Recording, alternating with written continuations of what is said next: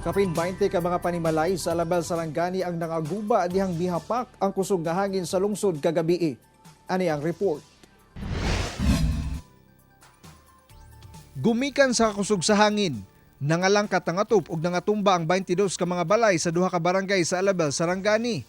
Sa report sa MDRRMO, 20 ka mga balay sa barangay Tukawal ang nangaguba ug duha sa barangay Dumulok nga pulos gama sa light materials. Mukabat sa 80 ka individual ang apektado. Nagtuo ang MDRRMO Alabel nga buhawi ang miigo sa duha ka barangay sa lungsod.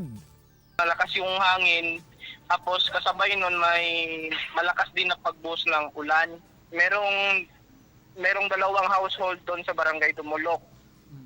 Sa dalawang household na yon, merong 12 individuals na affected. Then yung isang barangay is Tukawal, merong 20 household. Sa 20 household na yon, merong 68 individuals na affected. Subay sa report sa Alabel Municipal Health Office, duha ang giing nasamdan sa barangay Tukawal human kuno naigo sa bubong sa balay nga napalid. Dali kining gitambalan o ganaan na sa maayong kahimtang. Natamaan sa ulo. And kumusta Pero na-rescue man.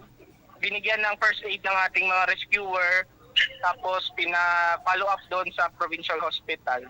Okay naman, hindi masyadong serious naman yung injury.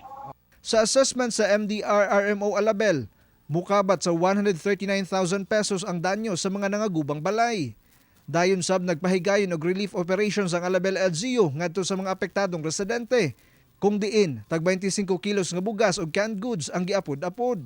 Samtang sumalan sa pag-asa, localized thunderstorms ang magdala og mga pag-ulan sa pipila ka bahin sa Mindanao.